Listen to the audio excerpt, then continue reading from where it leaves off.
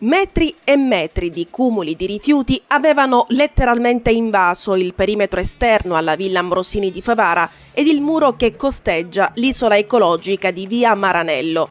Dopo lo stop alla raccolta per via della chiusura della discarica di Siculiana, incivili, anziché tenersi in casa la spazzatura prodotta, così come tanti concittadini onesti hanno invece fatto, hanno deciso di gettarla in strada, deturpando e inquinando un'intera zona. Stamattina squadre di operatori ecologici, su disposizione dell'assessore all'ambiente Giuseppe Bennica e coordinati dal responsabile Giuseppe Pullara, hanno provveduto a ripulire il tratto in questione. Sono dovute servire anche delle pale meccaniche per liberare completamente la carreggiata dall'enorme quantitativo di rifiuto. È chiaro, e la situazione venutasi a creare in via Maranello, via Ambrosini ce ne dà ulteriore conferma, che appena si presenta una minima emergenza, molti purtroppo non rispettano le ordinanze sindacali di divieto di conferimento. Sarebbe opportuno che dall'amministrazione comunale predisponessero serrate attività di controllo affinché scempi del genere non si vengano più a creare in città.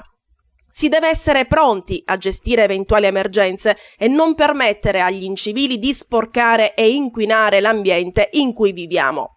Su questo versante l'assessore Bennica, che giudica quanto avvenuto un vero e proprio atto vandalico, assicura forte repressione attraverso impianti di videosorveglianza.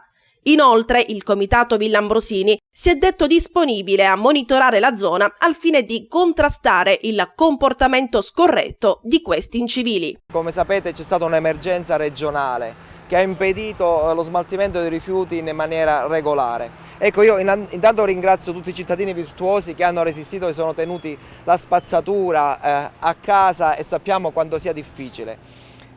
D'ora in poi noi lavoreremo con tolleranza zero, non siamo in condizioni e non vogliamo assolutamente concedere a queste persone, che saranno 200, 300, che sporchino un'intera città e diano questa immagine di Favara. Non lo vogliamo, non lo accetteremo.